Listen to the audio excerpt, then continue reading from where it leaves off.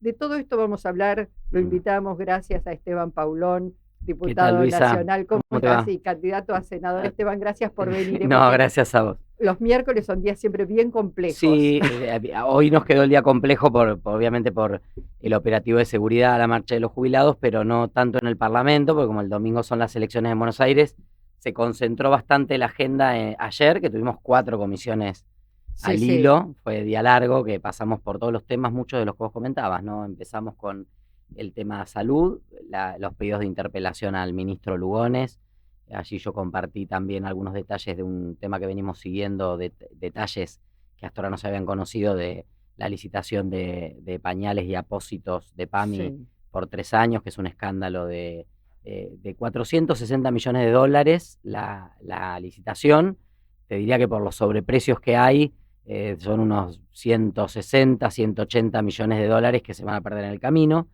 Después seguimos con discapacidad, donde tengo ahí el primer proyecto presentado de interpelación mirá si será viejo el proyecto, que estaba Españolo como funcionario. Sí. El mismo día que lo echaron, a la mañana nosotros teníamos sesión, yo lo planteé en el recinto y presentamos un proyecto de interpelación a Españolo y Karina Milei. Como Karina Milei sigue siendo funcionaria, corrió el proyecto ahí en la comisión. Luego la comisión Libra, que del tema que vos hablabas también hace un ratito, y cerramos con libertad de expresión con la presencia de Jorge Rial y Mauro Ah, Federico. Mauro Federico, no me salía el nombre. Y gracias. Y Vicángaro no pudo venir, Sí. pero también es otra de las periodistas perseguidas, y estaba la gente de Cipreva, Agustín Lecky de Cipreva también, así que un día intenso. Y después mañana tenemos a la tarde, a las 2 de la tarde, la comisión de fentanilo contaminado. En realidad es la comisión de peticiones, poderes y reglamentos. Yo soy miembro de esa comisión. Estamos intentando consensuar para la creación de una comisión investigadora similar a la que hay para Libra, para este tema, porque como bien vos decías, no empieza ni termina en el fentanilo, nada empieza ni termina en Sí, la Andis no empieza ni termina en Andis, el PAMI no empieza ni termina en Andis, claro. el fentanilo no empieza ni termina en el fentanilo, pero es un caso que conmovió porque son más de 100 familias, al menos 100 familias o más de 100 familias, que han perdido sus seres queridos por la administración de este fentanilo contaminado, ¿no? Claro, Así que la desregulación mata. Yo vengo sosteniendo que este gobierno tiene políticas criminales y uno podría decir qué exagerada, qué está diciendo, pero no, la desregulación, si vos no controlás, si vos no entregás medicamentos oncológicos, si vos no asistís, si vos desfinanciás la salud, son políticas criminales. A la larga terminan costando vidas Y te humanas. diría una desregulación que mata, y es una desregulación boba. La desregulación de Federico Sturzenegger es una desregulación boba, que no mira el detalle, que es a trazo grueso y hacen barbaridades. En el medio que se estaba produciendo esta distribución de las ampollas del fentanilo contaminado, la aduana, en el marco de la Sí, motosierra desreguladora, eliminó las regulaciones y los límites para la importación de fentanilo en Argentina. Entonces, el propio laboratorio que distribuyó las ampollas de fentanilo contaminado, misteriosamente quemó 5 kilos de fentanilo, que es un montón. Uno dice 5 kilos, pensá, no sé, en, en, en en, ampollitas, claro, en es una, carne, o lo que sea. sí, El fentanilo se diluye el 0,0 algo para una ampolla, porque obviamente es un opioide que es parte de la anestesia, no es la sí. anestesia en sí. Y tiene otros usos, obviamente, es un precursor químico de enorme peligrosidad. 5 kilos es una barbaridad, se estima que son más de 100 millones de dólares de costo. Con eso se quemó, porque parece que habían importado y se había vencido. Nunca hubo pruebas de que se haya quemado, nunca lo informaron a las autoridades. Entonces vos tenés ANMAT, que es salud, Sí. desfinanciada, desarticulada, atacada por desregulación también, porque está esta idea de que si controló la FDA en Estados Unidos, o la Agencia de Tecnología de Medicamentos de Europa, o la Agencia Sí, de Calidad de la India, que venga, ningún problema, que entre acá no lo vamos a controlar. Pero por otra parte, en lo que son los controles que tienen que ver con ver una sustancia que es peligrosa, que hoy está generando una epidemia en Estados Unidos, hemos visto las imágenes, sí. San Francisco, Filadelfia, etcétera, epidemia de zombies, porque la gente es un opioide muy adictivo. Y bueno, caen, bueno, hay de hecho, hay varias series en Netflix que Sí. recomiendo que vean, que cuentan bien cómo se disparó el tema del consumo de fentanilo y de otros opioides. La verdad es que eso nosotros lo dejamos entrar como si nada. A los 2 meses que se dieron cuenta, entre comillas, de que se habían mandado un moco, volvieron a instaurar la misma resolución. O sea, ni siquiera es que había un argumento inicial de por qué esa resolución sería un problema para el Sí. comercio internacional, ¿no? No, bueno, por eso hacen cosas que son increíbles, Así es. como si hubiesen además inventado la pólvora y te das cuenta, bueno, del desastre que están haciendo.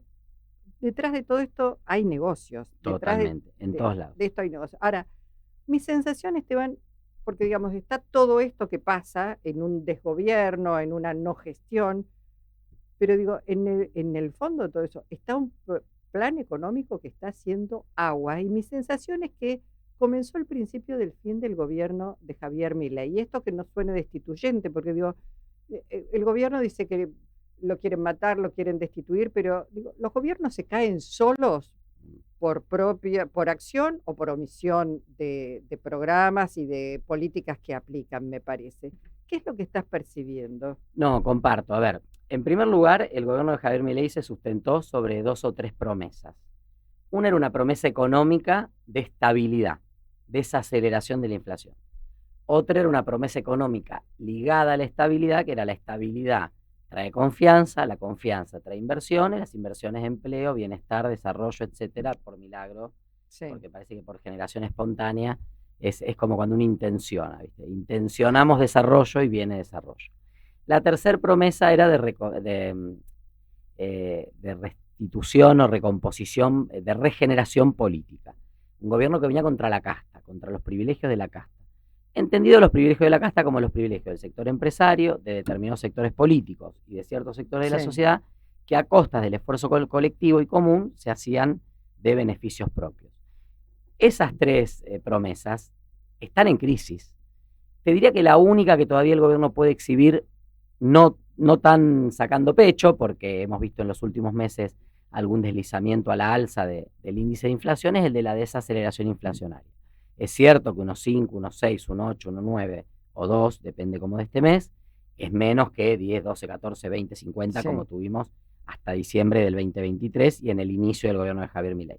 También es cierto que la tendencia es de alza y en la medida que vos no recompones ingresos, esa estabilidad aparente no alcanza. No la sentís, no te No sirve. la sentís. ¿Y qué es lo que está pasando con el sector financiero? Porque vos decías, bueno, un plan económico, bueno, en realidad no es plan económico. No, hubo medidas de estabilización. Esa estabilización y esa desaceleración de la inflación se logró con el esfuerzo de la gente. O sea, no hay que olvidarse que esa inflación a la baja o esa desaceleración de la inflación no es producto de las manos mágicas de Javier Toto Milei, Luis Caputo, de Javier Cajó, Milei. sí. Es fruto de una contracción económica, un apretón económico y monetario fenomenal, el ajuste más grande de la historia, diría Milei, y obviamente un empobrecimiento de una sociedad que tenía una expectativa de mejora y que en un año de 8 meses se bancó ese ajuste terrible en función de tratar de aguantar pensando que lo que venía era mejor. Y hoy estamos en un momento donde la primera promesa, que es la de la inflación, empieza a moverse en una tendencia distinta a la que venía, no en un hecho que todavía a la gente le llame la atención el número de inflación, pero sí empieza a llamar la atención que el sueldo te queda cada vez más corto No y llegas que a nadie fin llega de a fin de mes. mes. El endeudamiento de las familias, tarjetas de crédito y créditos personales, muchas veces créditos que sacan para comprar alimentos o para arreglar lo que se te rompió en la casa, porque si vos alquilás un departamento, tenés 2 pibes, se te rompió un caño, no podés decir, no lo arreglo, o Sí, veo sí. yo cómo le pongo la poxilina. Tenés que llamar se te rompió el tanque, eso es, bañarte, tomar agua, cocinar, digo. Entonces, a veces hay un gasto extraordinario, no hay cómo afrontarlo. Tenemos seguramente la gente que nos escucha, yo en lo personal, tengo un caso muy cercano de un matrimonio muy amigo que por un hecho de esos Sí. tenían Sí. todo. Se descontrolaron las Se les finanzas. descontroló o sea, el tenía todo al presupuesto. límite y se movió eso y no hubo manera de recuperar y tuvieron incluso que rescindir un contrato de alquiler, volver a la casa de los viejos. Digo, situaciones concretas de gente con hijos, esto está pasando. La segunda promesa, que es la del desarrollo económico, que ya no se percibe en lo cotidiano, empieza a crujir arriba, en la macro. Sí. ¿Te acuerdas que decían, bueno, con la macro ordenada? Bueno, la macro ordenada, nada. Las últimas semanas han sido de turbulencias económicas, la famosa confianza nunca vino. No hay inversión directa extranjera, hay desinversión directa extranjera. Las empresas se van de Argentina, no vienen. Las pocas que vienen o prometen a futuro inversiones, fruto del régimen del RIGI, del régimen Sí. de grandes inversiones, que yo voté en contra. Es tan generoso el RIGI que posiblemente no quede nada de eso, porque las empresas que vienen a hacer inversiones del RIGI Primero, se eximen de todos los impuestos nacionales, provinciales y municipales. Segundo, son sectores, fundamentalmente la economía extractivista, minería, gas y petróleo, etcétera, que genera muy poco empleo, en algún caso ni siquiera de calidad, porque es un empleo más operario, o sea, salarios quizás sindicalizados, pero no grandes salarios. No tienen que remitir ganancias en Argentina por 20 años y no tienen que mantener el dinero aquí, lo pueden llevar, pueden remitir las utilidades. O sea que de esas inversiones que todos los días dice el RIGI, 20.000 millones, la idea del gobierno es que eso derrama en algún momento, pero ya vimos que la teoría del derrame no funciona. Entonces, la macro empieza a crujir con el dólar inestable, con la supertasa que hace imposible el endeudamiento de empresas y de personas, y obviamente hoy el gobierno, que ayer Pablo Quirno, el secretario de Finanzas, quemando el último de los libros de la teoría económica. Ahora sí el Estado va a intervenir en el mercado, aunque digan que el dólar flota. Este gobierno ha hecho y deshecho y se ha contradecido permanentemente. En una narrativa que en algún momento funcionó, el discurso era, bueno, esta es la fase 3. Cuando fuimos al Fondo Monetario, el gobierno fue al fondo, también votó contra ese decreto, pero ahí fue, el Congreso le dio las herramientas para ir al fondo, a endeudarnos con el Fondo Monetario Internacional nuevamente, y decían, no, esto es la etapa 3 del plan. Esto estaba previsto desde el inicio. Vos decís, me parece que no estaba previsto desde el inicio, nunca me dijiste del Fondo Monetario, al contrario.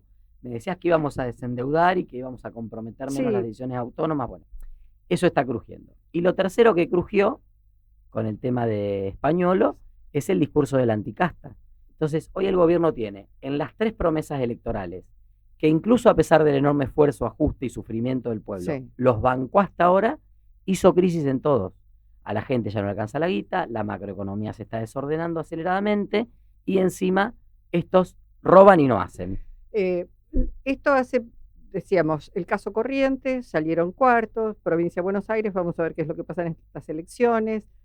Hoy va a haber un acto en Moreno, estamos todos muy expectantes porque en general Milei ha hecho declaraciones que quieren matarlo, que siguen hablando del kirchnerismo. El kirchnerismo, digo, Cristina Fernández está presa en su domicilio, el kirchnerismo, bueno, es un partido más que solo no puede hacer absolutamente nada, que no gobierna, y sin embargo hace 1 año y medio que viene haciendo desastres y siguen echándole las culpas, no asumen las responsabilidades que tienen. Hoy provincia de Buenos Aires, también el gobernador salió a decir, miren que nosotros no podemos garantizar la seguridad del presidente. Eligieron un lugar increíble para hacer, un acto. El cierre.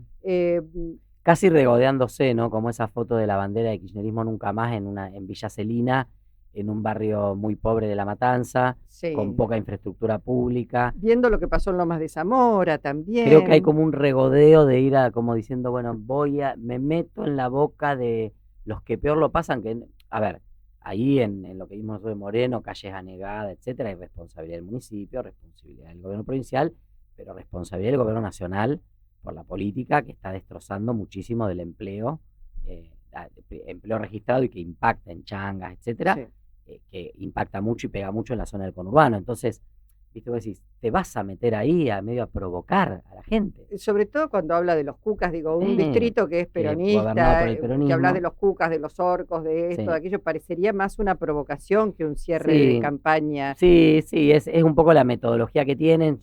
A ver, desde un reportaje que le da una agencia belga que se conoció a la mañana, que un reportaje que le hizo el hijo de Sarkozy, del expresidente francés, donde él dice, me quieren matar, mañana me van a matar. O sea, como que, bueno, a ver, ¿qué es lo que quiere? ¿Quiere irse a Las Vegas a ver a Fátima o quiere que lo maten en Moreno? No tiene claro qué quiere el presidente, pero provoca permanentemente, y en esa provocación me parece que intenta generar una confrontación que a quienes no somos ni mileístas ni kirchneristas nos da una enorme oportunidad. Porque yo estoy convencido que hay un segmento de la población cada vez más importante que, independientemente del rótulo partidario, digo, kirchnerista, peronista, cámpora, socialista, mileísta, etcétera, independientemente del rótulo partidario, está esperando que le digamos qué del futuro.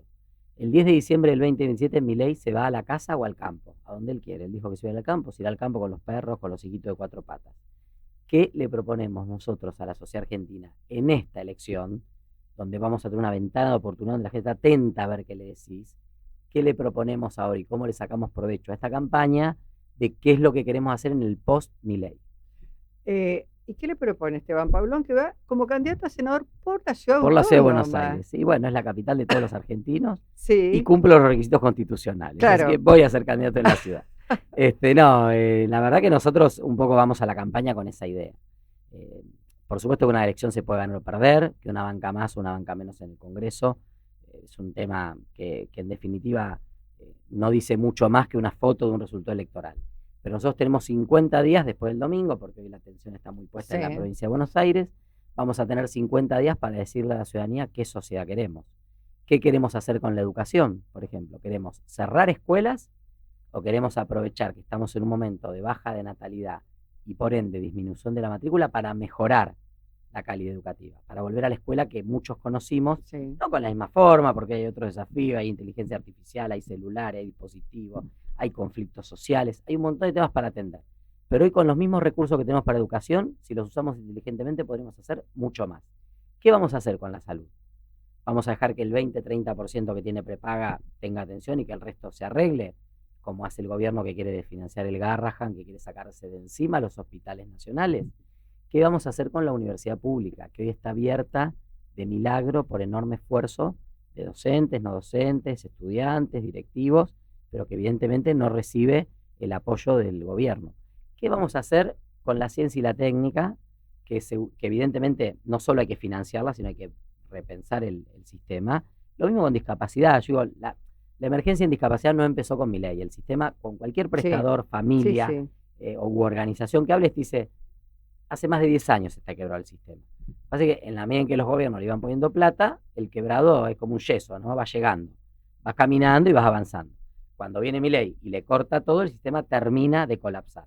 Ahora, lo que tenemos que pensar es por qué hace más de 10 años el sistema no funciona.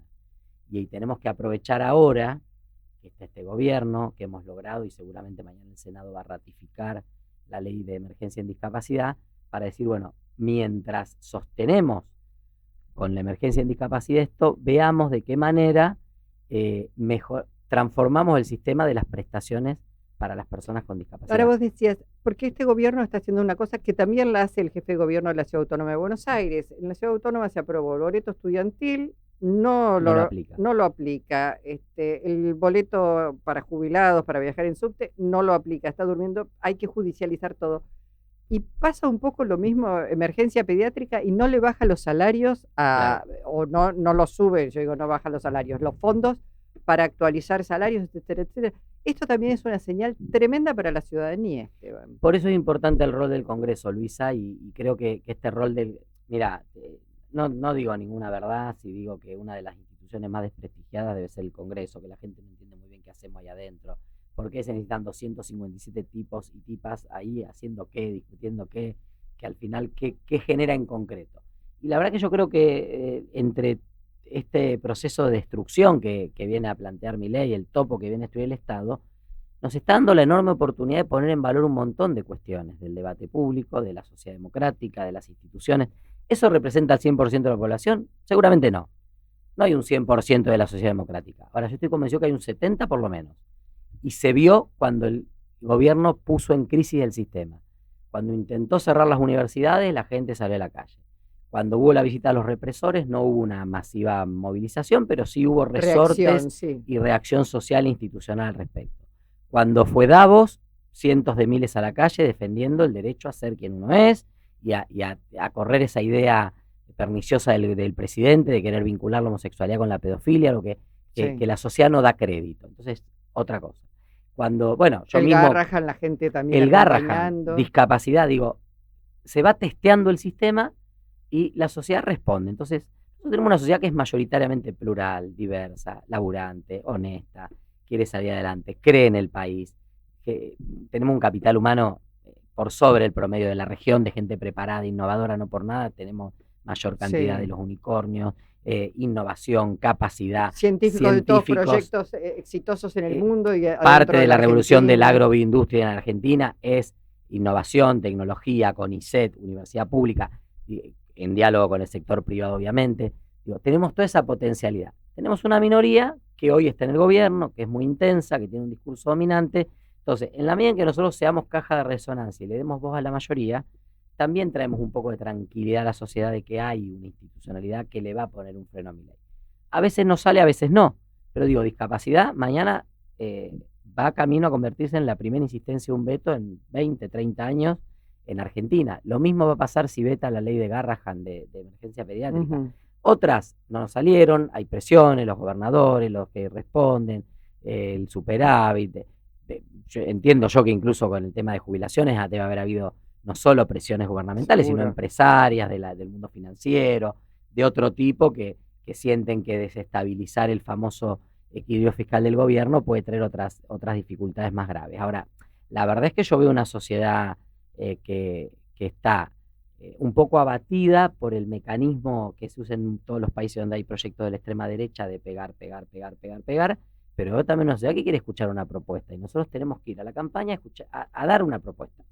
Esa propuesta va a ser una de varias. Nosotros tenemos que lograr que la gente diga, a mí me gusta más esta persona para que me represente, porque son elecciones legislativas, pero esas propuestas nos van a permitir ver con quiénes tenemos una familiaridad en la mirada de país hacia adelante y con quiénes podemos ir construyendo en el 2027, desde ahora para el 2027, esa sociedad y ese gobierno post-Milei. Esto es, no están cerrados. La palabra alianza está muy como bastardeada, pero a encuentros. No, pero vamos a ver cómo llega la campaña. Nosotros sí tenemos una campaña donde una candidata senadora que fue ministra del gobierno kirchnerista, ahora dice que ella se presenta para sacarle la banca en el Senado al kirchnerismo. Insólito. O sea, sobreactuando para explicar por qué antes no estaba en tal lado. La candidata del oficialismo, Patricia Bullrich, va a hacer lo que hacen los candidatos del oficialismo. Explican la cuadratura del círculo, defienden lo indefendible y ven cómo zafan. El candidato de la Cámpora, Mariano Recalde, bueno, a ver, ¿tiene una propuesta de futuro o nos va a hablar de que en el año 2003, 2004 el país era maravilloso, vivíamos en Disneyland y de golpe apareció Milei? O sea, porque no digo hacer una autocrítica autoflagelante, pero la autocrítica tiene que servir para no repetir hacia adelante. Claro. Entonces yo creo que hacia adelante la construcción es sin prejuicios, sin líneas rojas. La línea roja es que tengamos un proyecto de futuro y que podamos compartir. Digo, hay muchos candidatos, incluso creo que hasta en distintos espacios ideológicos, pero que con los que podemos compartir desde la tradición radical, peronista, liberal, socialista, la idea de un país, de un mínimo piso básico de coincidencias para un país. Posiblemente la próxima elección sea eso para Argentina después de la destrucción de Javier Milei. Posiblemente sea algo que se parezca más a lo que pasa hoy en la Cámara de Diputados, donde dialogamos muy transversalmente y nos ponemos de acuerdo. Algo pasó, no sé si es porque es un año electoral y todos empezaron a pensar no podemos seguir acompañando esto, porque da la sensación de que hay un mayor diálogo, una mayor masa crítica que puede poner freno. En realidad lo que pasó es que el proyecto del gobierno, que empezó muy hegemónicamente y con una narrativa muy hegemónica, el Milei emperador, el Milei que viene a León, que viene a despertar León y no sé qué sé yo, terminó deshilachándose en el camino. Por errores propios y no cumpliendo muchos de los compromisos. Mira, yo estuve ahí adentro cuando se negociaron todas las leyes. Por supuesto voté en contra de la ley base, el paquete fiscal, el Fondo Monetario. Yo tengo claro que donde está mi ley, yo estoy del otro lado. Pero muchas personas de buena voluntad que votaron facultades delegadas, o que votaron la ley base, que votaron parcialmente algunos temas, algunos lo hicieron por buena voluntad, porque creían que el presidente tenía que tener las herramientas, otros por negociaciones y compromisos con los gobernadores que nunca se cumplieron. Entonces vos, cuando no le cumplís un compromiso, no le cumplís dos, los haces ir el 9 de julio a Tucumán, los matás de frío, les haces firmar una cosa que nadie sabe ni qué es el Pacto de Mayo, ya nadie sabe ni de qué se trata. No les cumplís nada, les cortás a la obra pública, les retenés cada vez más recursos, las provincias cada vez haciéndose cargo de más cosas, porque vos es muy fácil desde Balcarce 50 que la ruta 40 se haga percha. Ahora, cuando estás en Mendoza y la ruta 40 te pasa al lado y está hecha percha, o te pones vos a arreglarlo, la gente te putea a vos que sos el gobernador. Claro. Entonces me parece que hay ahí un mecanismo donde el gobierno ha ido por errores propios perdiendo a muchos de sus aliados y aliadas, y en esa pérdida, en ese deshilachamiento, en las contradicciones del programa económico, en los límites que muestra el programa económico, yo digo bienvenidos, bienvenidas, quienes ahora se dieron cuenta que efectivamente este modelo no iba a generar un solo puesto de trabajo, que habilitarle a un tipo que contrata a 3 monotributistas ya que son colaboradores, para no tener que pagarle los aportes y registrarlo, y tener un trabajador en la informalidad, pero camuflado como colaborador, no iba a mejorar las condiciones. Hoy llegó a su techo la economía de las plataformas, Hoy no hay más espacio en el mercado para más Rappi, más Pedido Ya, más Uber, más Didi o más lo que sea. Entonces digo, bueno, está encontrando sus límites el sistema, y cuando el sistema encuentra sus límites y el plan encuentra sus límites, y el gobierno es tan dogmático que ni siquiera acepta escuchar de la gente más cercana Sí. algún matiz en algún cambio de alguna de las políticas, bueno, la gente se va, se cansa y se va abriendo. Dos cosas últimas. ¿Crees que Karina Milei va a ir a la Comisión Libra? No va a ir. No va a venir. Punto uno. Pero la comisión Sería empezó sorprendente. a trabajar y Claro. avanza, y ese es un y creo que los punto proyectos de interpelación también se van a aprobar, pero no creo que asista. ¿Y crees que hay una confabulación contra este gobierno? No. Mirá, se espían entre ellos. Yo cuando me le dice un complot, digo, ¿se grabaron ustedes? Martín Menem admitió que el último audio donde Karina dice que Tienen que estar todos tiene que estar todos juntos y que- que Martín es la cabeza, que es Sí. lógico, porque si una reunión de bloque, el presidente de la Cámara no es nada comprometedor ni nada. O sea, supongo que tendrán la tranquilidad de conciencia de que no hay nada comprometedor en los otros minutos que todavía no escuchamos del audio. Vamos a suponer que es un Sí. audio del tipo Martín Menem es nuestra cabeza, hay que acompañarlo, etc. Te lo graban en tu despacho. Yo hablé ayer con diputadas y diputados libertarios, no voy a decir con quiénes, pero hablé con varios Sí. diputados y diputadas libertarios. A las reuniones con Karina en presidencia de la Cámara no iban todos los diputados del bloque. Y la mayoría de los que el gobierno está señalando, Marcela Pagano, Lourdes Arrieta, Carlos D'Alessandro, todos los que se fueron, Sí. hace mucho que no forman parte del ecosistema de La Libertad Avanza. Marcela Pagano desde abril del año pasado, Claro. cuando le negaron la presidencia de la comisión de Lourdes Arrieta, desde que fue el tema de la visita a los represores, que se abrió el bloque porque Sí. sintió, fue el último audio filtrado en las mismas condiciones que esta, es el que ella filtró donde se gritan con Martín Menem. Digo, no nos acordamos porque en este país pasan tantas Claro. cosas, pero hubo un audio grabado en una de esas reuniones por una diputada que después lo pasó a la prensa. Entonces, que vean los que están hoy en el bloque, no los que se fueron. Claro. Y que al que más te abrace y más te apoye, tenerle más desconfianza. A Karina Milei la grabó alguien de su cercanía, eventualmente o aparentemente en la Casa Rosada. Lo único que hace el gobierno, denunciando una conspiración ruso-venezolana, una cosa rarísima, y un plan de inteligencia para cargarse al gobierno, lo único que hace es amplificar el tema, amplificar las dudas, seguir pateando la pelota para adelante en lugar de dar explicaciones y consolidar en la opinión pública que acá algo raro hay. Algo raro hay. Si no hubiera algo raro, hubiera sido muy fácil para Karina y para el presidente mirar a la Cámara y decir, no sé qué es el 3%, nunca recibimos nada, no tengo idea quiénes son los de la...